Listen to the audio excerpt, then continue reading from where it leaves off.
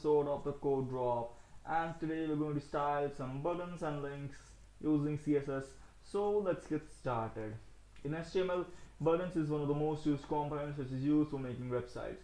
So it's obvious that we should know how to style those. So without wasting a moment, let's see how to use CSS to style buttons according to our needs.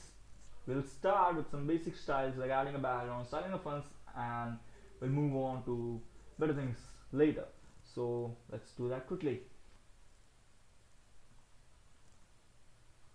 Now first of all, we want to open our folder using Visual Studio Code, and we have this basic index.html file which has the basic structure of a page, and we'll add a button here first. Okay, the spelling of button is misspelled, and we want to say click me.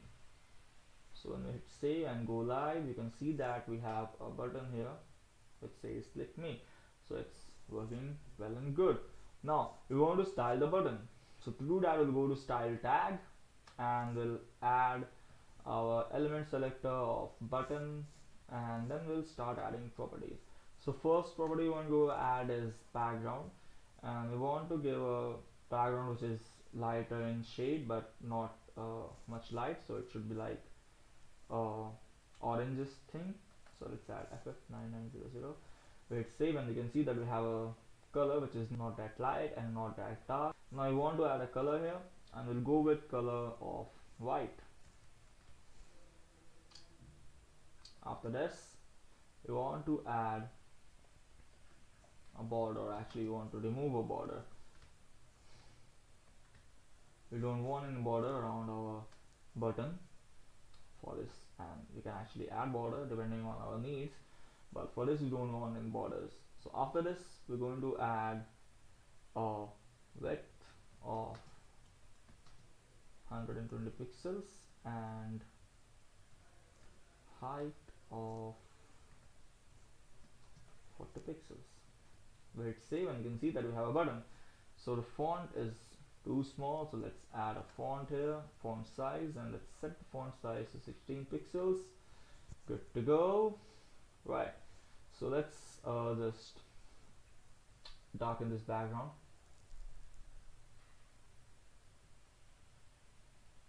We'll just go for a darker shade of this color. Okay, now it's good.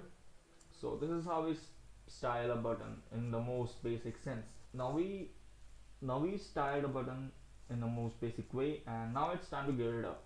So we'll do that by adding some padding and making the buttons round and stuff like that. So let's do that. Let's add some padding here. So let's add a padding of, let's say 10 pixels. So it means that we'll have this situation where we have a padding of 10 pixels from all the sides of the border of the button, and we'll add border radius to make curved borders. So let's add a border radius of 10 pixels. We hit save and we have this button with curved corners. So this is how we do that. Okay, this is one way of styling the buttons, and there is another way which we can use, and that is where we'll color just the borders and we won't have any background, so it will look good in that way too. So let's do that real quick. So we'll go to our code, we'll add a button, and we'll add a class of BRD button here because we want a button with colored border, and we'll say click me too. So we hit save, we have a button similar to the original button, and now we want to add this class and set its properties. So we want a background of white. Okay, this was easy. And we want a color of black, right? And now we want to add our main property, which will be border. So let's add a border of 4 pixels, and we'll add a solid border, and we'll keep the same color. So it will be RGB 190, 114 and 0. When we hit save, you can see that we have a similar button to the previous one, but it has a colored border instead of the whole background color, and it's actually good. So we'll just add the padding here and a padding of 10 pixels. So it's good to go now. And to end this, we'll add a drop shadow to our buttons. So we'll use a property called box shadow to add shadows to our button. So let's add that property in the button itself, or actually you can make a class for it too. So let's make a class here called shadow, and here we just want to add a box shadow. So this is the property using which you can add shadows to any shape, and so let's do that. So we'll add a 0 and then a 2 pixel and then a 4 pixel and then a 0.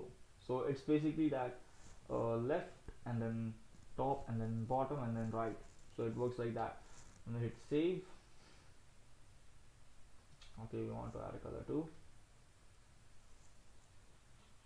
And after that, we're going to add the class of shadow to this button.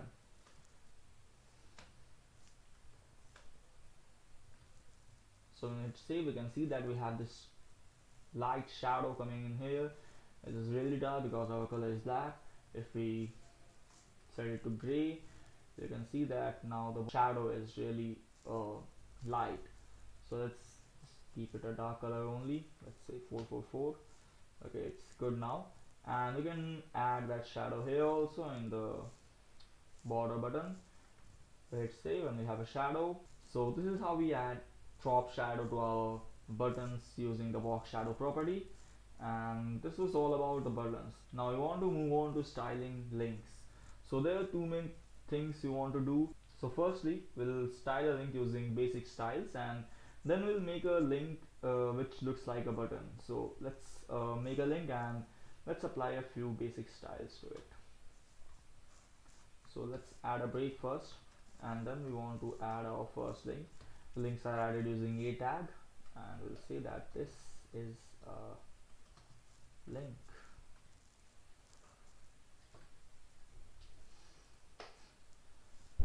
Okay, let's add an reference here. So our href is just going to be hash, so you can see the colors. Now we are going to style this, so the most basic things we can do is that we can add a color to it. So let's add a red color here, and then we can say that our text should be aligned centrally. So text aligned center, and also we can actually set text decoration. So using text decoration, we can set what type of line we want. So if you want an underline, we'll just say underline. If you want an overline, we can say overline. So when we say overline, the line gets above it instead of below it. And also we have line through. So using line through, you can see that we have this line on the text instead of below it or over it. So for this example, we're just going to go with underline because that's the way links are intended to work, I think. So here we have 4 states of links. So links can be in 4 states. They can be in normal state, they can be in a visited state, they can be in a hover state, and they can be in an active state. So normal state is that we have this link, and then visited is that we've already visited this link and we have come back to the previous page, and then hover is when we put our mouse above the link, and then we have active state. It means that this link is currently active. So we're going to style our links according to these different states. So to do that, let's add one more button so we can differentiate, and we'll say this is a link 2. Okay, now we have our normal state, which is a normal state, so it is just A, and then we want to add a visited state. So visited, and we'll just change the colors for all of these. So if the link is visited, then it will be in blue color, and then if the link is, if the mouse is over the link, then its color will be yellow, and if the link is active, then it will be in, let's say, green color. We hit save and then we go here. So let's see that when we hover over it, you can see that it's becoming yellow and we can't actually see anything, but yeah, no problem for now. So when we click on a link, it becomes active and you can see that it's turning green. So active means green. And to test the hover thing, I don't know what we can do, so let's just add okay, we'll try to come back to the same page and see if it works. So yeah, now you can see that since the link is visited, now it's turning blue. Same thing here. So this is how we style our links for different states of the link. And now let's move on and make a link which looks like a button. So let's do it. Now we'll again give a break here and we'll add a href hash and we'll see surprise because it's a link which looks like a button, and we'll add a class of btn here, not so surprising I guess. And now we'll add our class btn in the style tag. Let's do that, btn, and now we want to style it. So the first thing we want to do is we want to remove that underline thing. So we'll set text decoration to none. We don't want that at all. Okay, now second thing we want to do is we want to add a background color here, and let's add a background of purple. This is going to be a color of white. Okay, yeah, it's fine till now. Okay, now in links, adding height and width won't matter because it's not actually a quantifiable thing. So instead of that, we'll add padding here.